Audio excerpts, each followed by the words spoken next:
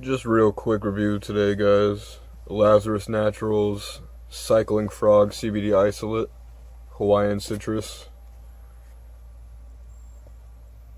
Grapefruit, Tangerine, and Lime Terpenes. The tab on the box did rip off when I tried opening it, but doesn't really matter. And the thing I noticed about the Hawaiian Citrus one is, real quick, it's all stuck to the sides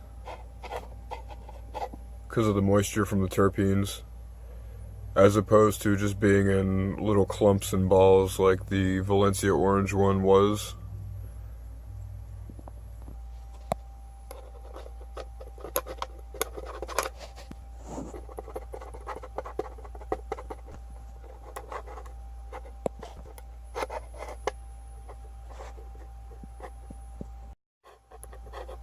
So they just break it up off of the side with a little dab tool, little scraper.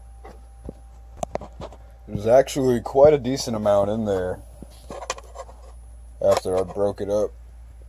I'm sure that this is a little more than a gram, which is pretty good news. The thing about Lazarus Naturals to keep in mind is that it's not as fine as a lot of other CBD products, CBD isolates rather. Like Phyto Families and Infinite CBD, they have really powdery isolates. The terpene-infused isolates are always gonna, be a little more clumpy, but Lazarus Naturals seems to be a little more crystally, not as finely broken up.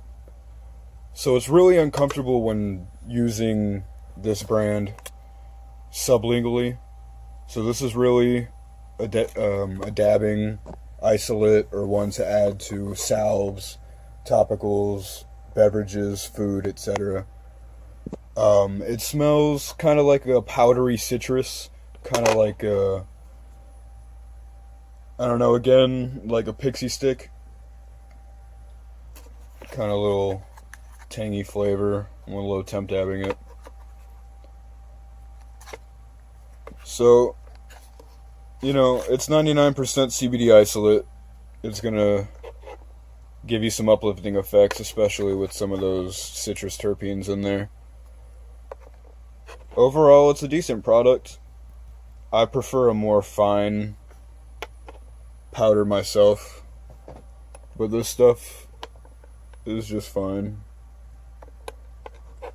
So overall, if you are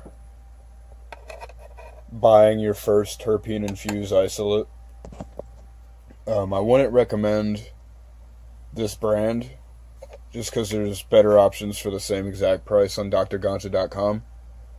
But if you have tried them and you like this little jar, you like the packaging, and you just want to try something a little bit different, it works fine.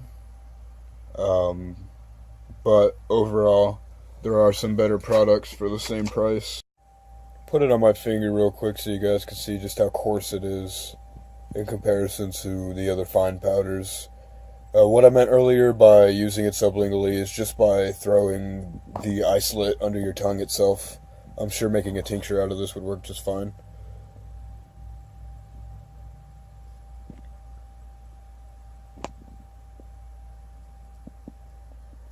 Overall though, it's a pretty decent product.